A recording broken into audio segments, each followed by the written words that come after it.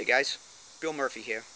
I wanted to talk to you today about a couple of things as far as motivation goes. And I've had this conversation with a bunch of my clients in recently, and it has to do with motivation. And some of these things have had a profound effect on their fitness program and their progress. And when you're talking about motivation, there's two things that are really important. And the first one is you have to figure out what type of learner you are. We learn from three different modalities. There's the visual, which is your eyesight. There's the auditory, which is your hearing, and then there's the kinesthetic, which is hands-on. We learn from all three of those modalities, but we're kind of geared towards one. There's one of us that has a much larger effect on us. So when talking about motivation, when talking about tools, what kind of things do I do to motivate myself, to keep myself going? Well, if you're a visually based person, which means you learn mostly from seeing things, and you're trying to use rocky music in your headphones, and that's an auditory based motivation, that may not be as effective for you. So you want to use the tools that are effective for you. And I'm going to give you an example of the three. If someone explains to you how to change the oil in your car, some of you may learn better if you see a diagram of it, or if you watch a video of someone doing it, and you may be able to get it and be able to do it on your own. I'm an auditory-based person, and I need to have somebody explain it to me.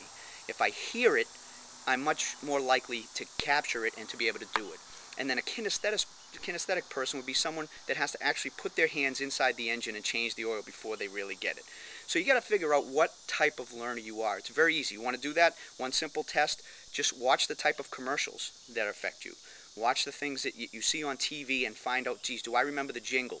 Or do I remember, the visual part, the bright lights? Or, what about advertising, whether it's, video-based or something I see in a magazine that affects me? And that usually gives you a pretty good indication. It doesn't take that long to figure out what kind of, learner you are. And the second thing is, and this may even be a bigger one for some people, is that you have to figure out whether you move towards something or whether you move away from something. And to give you an example, a person that moves towards something they're usually success driven. So they see something that they want, and they're very motivated to move towards that end.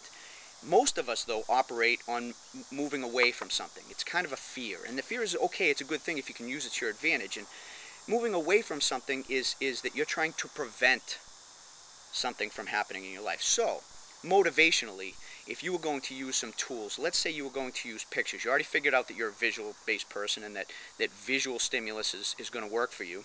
So if you're a person that moves towards something, you may want to put a picture on your refrigerator or your mirror or on your dashboard or on your desk at work of a fitness model or a bodybuilder or a movie star, or someone that you want to look like, someone whose body you want to make, guide your body to look like.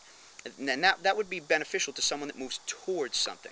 Someone that moves away from something would be completely different. You would want to put maybe a picture of you at your worst under those conditions. Put them on your fridge or on your desk or on your dashboard or on your mirror, so that you move away from that. You don't want to look like that, so you move away. That's kind of a simple little tool to use, but it is incredibly effective. If you use those two things, you're going to be able to set your life up so that you have the motivational tools to guide you on a daily basis. You don't want to be using the wrong tools. If you're an auditory-based person, then music would be very effective for you. If you're a visual-based person, well, then music may not be as effective for you. Post-it notes, putting post-it notes around for you. Well, if you're a visual-based person, that may be great. But also, if you're a visual-based person who moves away from something and you leave a post-it note that moves towards something, like moving towards, I want to be thin and have six-pack abs. Well, that would be moving towards something, as opposed to putting a post-it note up if you're a person that moves away that says, I don't want to fit in those size jeans, I don't want to fit in that size dress, I want to be able to shop in the regular section of the mall. So you have to figure out those two things, and once you do that, you can set your life up so that you'll have motivational tools in place for you that are specifically designed for you, not for somebody else. So I just want to share that little tip with you today, hopefully to be helpful. Like I said, it's had a profound effect on a lot of my clients, and just recently, in the past couple of weeks, I've had a couple of clients that have really had breakthroughs due to those couple of tips. And have a great day. I'll have some more tips for you in the future, and if I can help in any way, you know how to get in contact with me. Thanks.